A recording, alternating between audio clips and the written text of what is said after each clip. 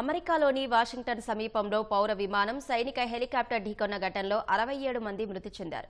విమానంలో ఉన్న 60 మంది ప్రయాణికులు, 4 సిబ్బంది, హెలికాప్టర్లో ఉన్న 3 సైనికులు చనిపోయారని అధికారులు తెలిపారు. ఇప్పటి వరకు 28 మంది మృతదేహాలను పోటామాక్ నది నుంచి వెలికి తీశామని వెల్లడించారు. రొనాల్డ్ రీగన్ విమానాశ్రయంలో విమానం ల్యాండ్ అవుతుండగా హెలికాప్టర్ ఢీకొట్టిందని చెప్పారు. విమాన ప్రమాదంపై శ్వేతసౌధంలో మీడియా సమావేశం నిర్వహించిన అధ్యక్షుడు డొనాల్డ్ ట్రంప్ మాజీ అధ్యక్షుడు బైడెన్ పాలనపై విమర్శలు గుప్పించారు. భద్రతా ప్రమాణాల విషయంలో బైడెన్ రాజీ పడ్డారని ఆరోపించారు. మానసిక, శారీరక సమస్యలు ఎదుర్కొంటున్న వారిని federal aviation administration, air traffic control కేంద్రాల్లో నియమించారని ఆరోపించారు.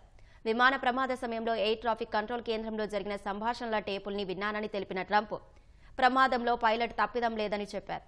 విమానం ల్యాండ్ అవుతున్న సమయంలో హెలికాప్టర్ ఎగరడంతోనే ప్రమాదం జరిగిందన్నారు. ఎయిర్ ట్రాఫిక్ కంట్రోల్లో ఎవరైనా తప్పిదానికి పాల్పడ్డారనే విషయం తనకు తెలియదన్నారు.